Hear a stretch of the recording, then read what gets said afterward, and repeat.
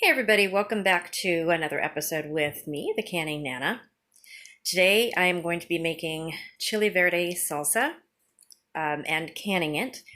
So what I'm doing is I'm going to be roasting the last of the Hatch green chilies, my tomatillos that I bought, and they're all skinned and cleaned. They come in little like a leafy wrapper that you have to take out.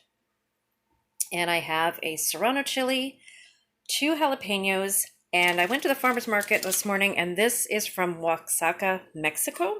It's supposed to be very, very spicy, and I'm going to add that to this too. So we will see. And then I have a pork shoulder that I'm going to be roasting tomorrow, but this should make enough to get a few half pints, I think. And I'm going to be canning it and showing you how to do that along the way. So right now I'm going to be roasting it. And when it's all done, I will do another video and take you back and show you what I do with that.